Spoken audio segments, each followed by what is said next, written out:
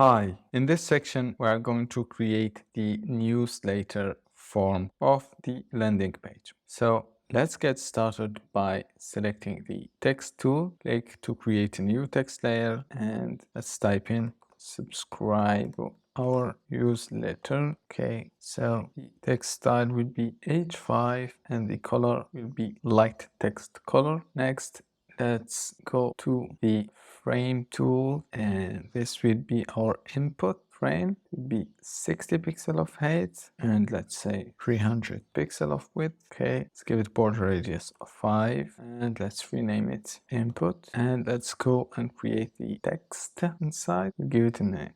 We'll type in first name and center it vertically and change its style to link and mute the text color. Center it again. That's great. Next, let's duplicate. Command C, Command V. And this will be work email. Okay, then let's go to component assets and let's add a button. Yes, make sure it's the same spacing. Select my input and button, hit Command G. Let's go transform it to auto layout and change the spacing to 20 pixel. That's great. Next, let's select our ellipse, click and drag holding shift to create a radio, and let's create a new text there. Type in I accept the privacy policy.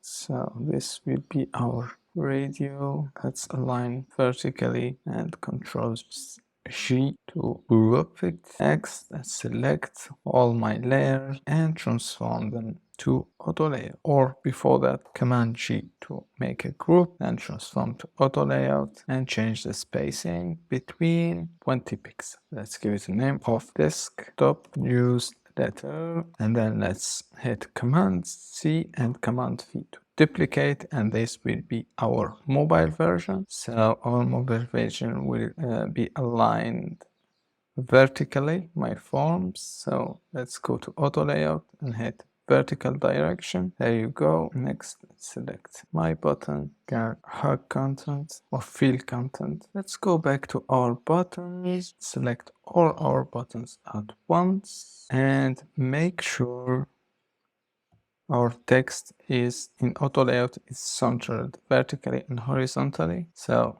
here we go. Now if we resize our button, the text will be resized vertically. Now let's change this to mobile newsletter. That's great. Next, let's group them together and let's create a component set and let's give it a name of form. And if we go to asset, click and drag, and here we can change from desktop to mobile. Okay, that's great. That's everything for this part. Next, we are going to create the nav bar of our landing page. Thanks, and I will see you in the next lesson.